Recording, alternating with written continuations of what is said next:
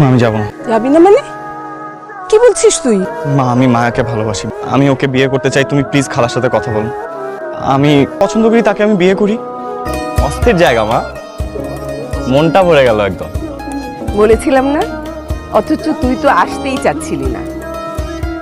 আমি তো ভাবছিলাম তোমাকে দিয়েই চলে যাব, এখন মনে হচ্ছে যাওয়া হবে না আমার। কেমন আছিস? কতদিন তুই যে আইবি আমি বিশ্বাসই করি নাই। খুব ভালো লাগতেছে। চল চল বাড়ি চল, সব কথা হবে পরে। কি হলো, আপনি আমার গায়ে রং মারলেন কেন?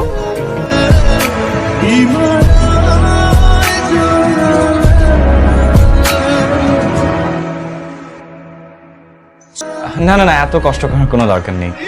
আরে ধুর, বসেন না। চোখে না দেখতে পারি, এতটাও দুর্বল ভাববেন না। বসেন, আমি নিয়ে আসছি। মায়া কত সুন্দর একটা মেয়ে। মার মুখে শুধু শুনতাম আন্টির ছোট মেয়েটা প্রতিবন্ধী, ওকে নিয়ে নাকি আন্টির খুব কষ্ট, এটা সেটা। একটা মেয়ে এত অমায়িক। তুমি এখানে? আমি তোমাকে সারা বাড়ি খুঁজছিলাম। কেন? আপনি কি আমাকে কিছু বলবেন? না না না, কিছু বলবো না, তোমার সাথে একটু কথা বলতে ইচ্ছে করছে। তোমার পাশে একটু বসি? বসেন না। তুমি খুব সুন্দর গান গাও। ধন্যবাদ। কোথাও শিখেছ? কোথাও শিখতে হবে কেন? কোনো কিছু শেখার অনেক বেশি ইচ্ছা থাকলে নিজে নিজেই শেখা যায়। বাহ, দারুণ বললো তো। তুমি খুব সুন্দর করে কথা। তোমার সাথে দেখা হয়ে খুব ভালো লাগছে। তাই বুঝি?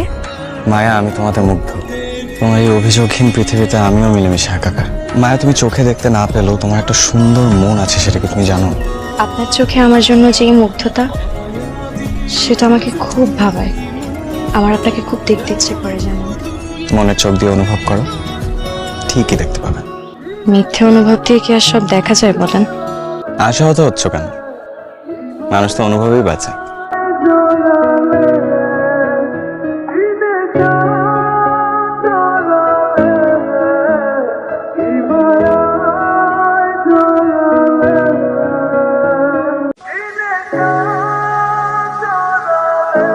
তোমার সংসার করার কোনোদিন ইচ্ছা হয় না?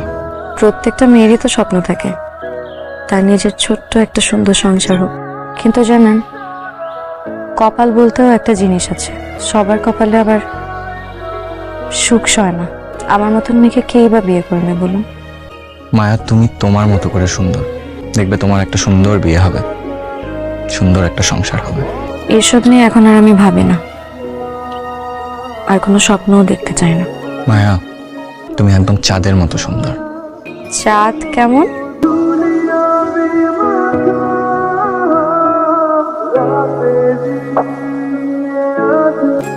এইরকম। আবির, হ্যাঁ, কিভাবে বুঝলে? তোমার ঘ্রাণ আমার কাছে খুব পরিচিত। তুমি কাছে আসলেই বুঝতে পারি যে তুমি চলে এসেছো। আমি তোমাকে ভালোবাসি মায়া, আমি তোমাকে ভালোবাসি। আবির, আমার মনে হয় এবার একটু বেশি বাড়াবাড়ি হয়ে যাচ্ছে।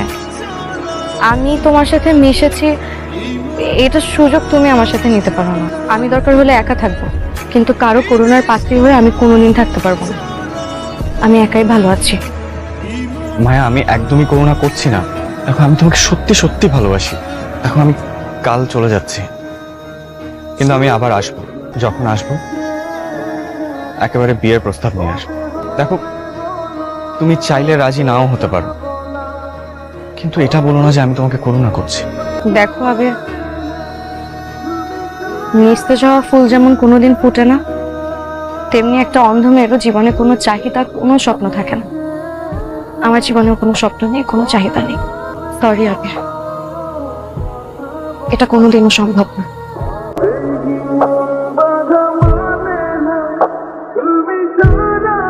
তোমাকে ভালোবাসা যায়, করুণা করা যায় না।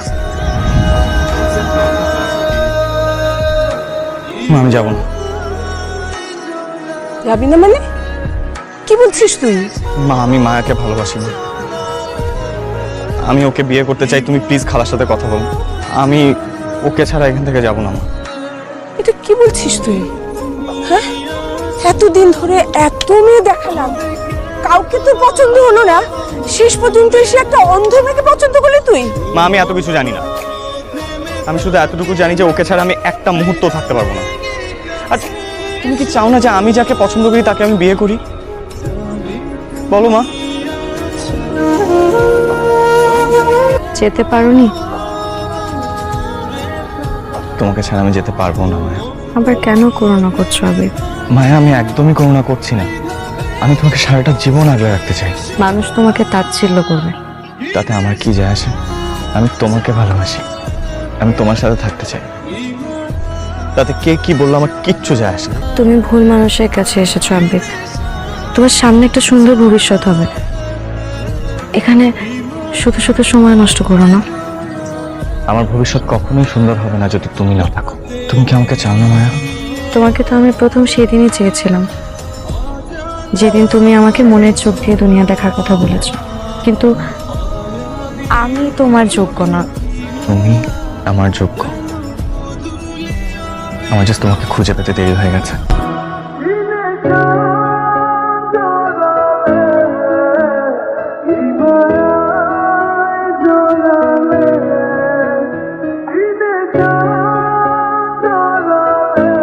চল।